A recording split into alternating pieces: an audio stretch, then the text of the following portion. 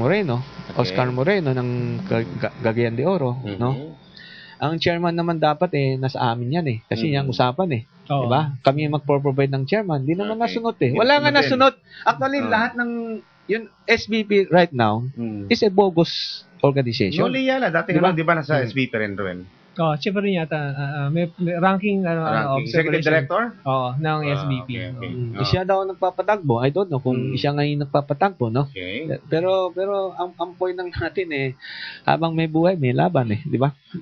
Mula po nung nag-take over, kasi although merger ang sinasabi, pero mukhang take over na ito, SBP na, nakailang taon na ba? Nakailang taon na ba, Ruel? Tagal na, 3 taon. Tatlong taon na ba? Tatlong taon na. Ngayon, tatanungin ko kayo, Mr. Graham Lim. Sa 3 taon, tingin nyo okay naman ba? ang nakatutok lang naman sa kanila yung national team Okay. Di ba? Wala naman pagbabago national team. Ang nangbago lang siya yung marketing strategy nila. Di ba? Magandang paso ng pera. Pero yung quality ng players, no? Ang sinasabi ng natin, ang PBA, mga Pilipinong player yan. Dapat may responsibility sila sa bayan. Hindi puro pera lang ang kinikita nila. Okay. Katulad, ginawa natin na binigyan natin sila ng trabaho, mag-represent ng Asia, di ba? Hindi yung inaalis mo yung karapatan nila. Okay, diba? ang sinasabi ng SBP noon, nung bagong-bago pa lang sila, kailangan dumiscovery ng mga bagong talent, tulungan natin sa mga grassroots level. Kayo ho ba, nung kayo pa yung nasa, ano ho ba yung programa nyo para sa basketball? Kasi sinasabi, mukhang tinatalo na tayo, naiiwan na tayo sa mga kalapit bansa natin, yung dating tinatambakan natin, tinatalo na tayo ngayon. Ano ba yung strategy nyo dati? Ang dati, basta sa Southeast Asian level, kumukuha tayo sa mga university. Diyan tayo lumalaban. Pagdating ng Asian level, hindi naman natin kaya. Kailangan natin mga professional player. Sila mag-form ng team. Yan ang ginagawa natin ever since. Pagdating ng Asian Game, ngayon pati yung FIBA Asia, pinasok na ng PBA. Pero pagpasok ng SBP, inalis nila yung PBA. Yan nakakasakit, di ba? Kasi hindi daw, dapat, di ba, Ruel, ang sabi daw kasi, napakakunti naman ang preparasyon. Katulad nung dati, nung kay Coach Sonny Jaworski, ilang buwan lang daw, samantalang yung China noon, taon na yung nagpa-practice sila sama-sama. Pero itong SBP, mukhang matagal-tagal din ang preparasyon nila. Sa tagal nila naghanda, sa tagal nila sa dami nila nagastos, ganun pa rin wala naman ng bago diba? Ang nangyari, Chris, nagkaroon sila ng developmental team, di ba? Developmental team. Ayun ang tawag nila. Developmental. Tapos siguro halos 3 taon yung team na to.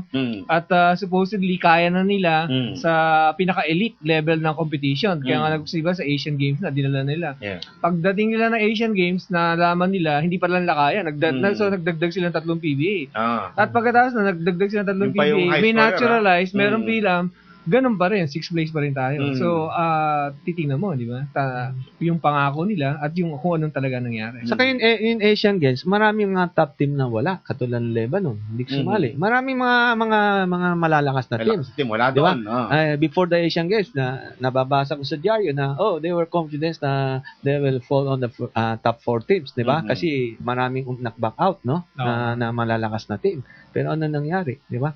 Saka mahirap yung hugot yung last minute. Papalitan mo. Paano naman yung nag-practice ng 3 taon? Di ba? Tapos biglang mong papalitan. Di ba? Biglang dati si Kelly Williams, Sol Mercado, Asi Taulabang. So kung kayo tatanungin, yung mga naging strategy nitong SBP, bali walang kwenta, kumbaga, dahil 6th place sa Asian Games. Alam mo, ang nakikita ko, it's not about playing for the national team or playing for the color, no? Na tinitingnan ko dito yung mga namumuno kasi puro ego lang. Gusto lang magyabang na kami ang pinaka well prepared na well financed, no? Alam mo, ang daming Pilipino na nagugutom. Sana yung mga ginagastos niya, ilagay lang sa mga public school na yan na lang ng tulungan, di ba? Pero, pero dito sa nangyari, kayo ba nagulat, na sorpresa na ganito ang kinalabasan? Matagal ko na iniisip niya na alam ko saan patungo yan. Kasi alam mo, ang pinakamaraming best player nasa PBA. Kahit na sabihin na natin, maiksi ang panahon paghahanda. Hindi. Kasi habang naglalaro sila sa PBA, magkasama sila, lahat sila naglalaro, nagiging nagkakakilala din Hindi naman nawawala yung, alam ko paano si Kenny Williams maglaro. Alam ko si Taulabang paano gumalaw. Di ba? Lahat nagkakakilala Pag pinon mo yung team, mabilis na. Kesa yung gagawa ka ng bagong team na iba-ibang eskwelahan o galing sa ibang probinsya, ipagsasama-sama mo, no? I don't think na yan ang sinasabi nila dahil yung China nakakaisa-isa. Hindi. Ang China, malalaki lang talaga at may disiplina. Ito ang kailangan natin na magbago din tayo ng patakbo. Ang PBA, sinasabi nila, ay, kasi professional, ayaw masaktan. Hindi katotohanan yan. Lumalaban naman sila eh. Pero minsan, talaga lang, naisa lang tayo. Di ba? Katulad ng Asia, natatalo tayo ng 1 point, di ba? Tsaka discussion lang naman lahat yan eh. Basketball yan eh. Yung panahon natin nung nag-champion ang Korea noon. Tinalo lang tayo ng isang triple ng Korea sa last second, di ba? Tama dahil minala si Olsen Racela sa free throw. Free throw. And then na-disgrasya isang triple. Yun nga. Tapos nag-champion sila. Kung tayo lumampas sa Korea noon, malamang champion. Malamang tinalo natin din ang China. Hindi natin masasabi ang 2002, di ba? Minsan chamba-chamba lang ang laro eh, di ba? So, paano ho ngayon ang basketball? Back to square one ba tayo ngayon? Saan na? Where do we go from here? Sa atin, I don't know. They are coming back for the PBA. Hopefully, na I don't know kung anong negotiation nila. Di ba? Sa atin naman, ang BAP naman nasa grassroots level eh. Dito tayo nagpapalaro, dito tayo nagde-train, no? Nagde-develop ng player. Pero pagdating ng national team, wala na silang pagkakataon maglaro sa bayan. Dahil puro fill-up na eh.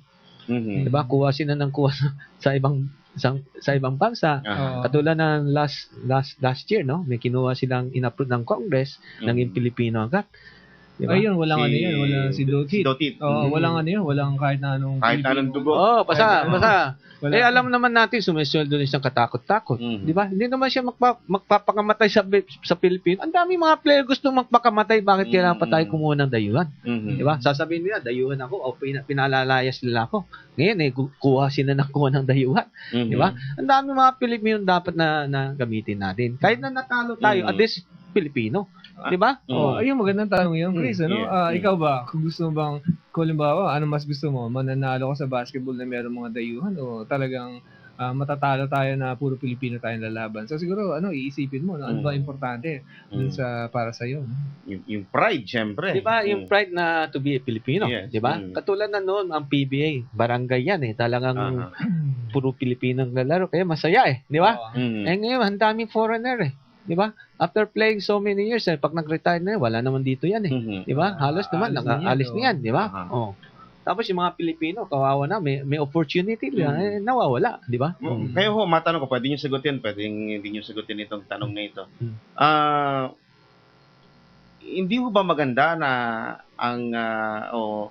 pangit ba na ang inilalagay natin sa sports, Philippine Olympic Committee at ang Philippine Sports Commission mga politiko? Alam mo, ang mga politiko dapat sa yun lang sila mag-servisyon sila sa taong bayan. Diba? Gumawa ng batas, no? Pero patakbo ng sports, dapat mga legitimate na sportsmen. Diba? May mga politiko nakakatulong, diba? Basta huwag lang nila ilalagay yung vested interest nila. Diba? Katulad na sinasabi natin ngayon, kasi puro interest nila yung sarili nila eh. Diba? Wala naman silang pakialam sa sports eh. Diba? Ang dami mga, katulad na basa ko, yung kay Lydia De Vega, bakit siya nagtatrabaho sa Singapore? Doon siya nagko-coach sa Singapore. Walang trabaho dito. Samantalang sabi niya, willing daw siya tumulong dito, kaya lang walang ginagawa ang Philippine sports natin, hindi siya kinukuha. Marami dapat pwede kumuha sa kanya. Kung bibigay siya ng substantial na salary, at I think hindi naman mahirap ibigay eh, di ba? May pera naman ng sports eh. May pera ang sports, kaya may sabi niyan, may pera ang sports natin. May pera ang sports, pero ayaw lang ilagay sa proper aspect no? Kasi gusto nila, yung mga nilalagay nila, yung gumagastos, gusto nila na pag gumastos ako ang sikat, yun yung player. Diba? Kung ako namumuno, ako masusunod ng mga player. Diba? Ganun ang style eh, diba?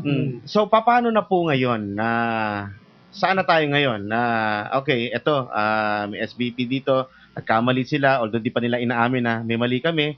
Bagamat kitang-kita naman na tayo ilang beses na yan ilang beses sabi niya we are trying to learn no anong dapat pa i-learn diba yung mga dapat na pag-usapan yung mga nagawa na ano yung maganda kasi, dapat ituloy-tuloy kasi lang imbis na medalya uwi natin yung learning ang inuwi natin lesson at saka sa Backlist talagang nag-focus sila sa success sa international competition hindi naman sila nag-focus dun sa kumbaga developmental basketball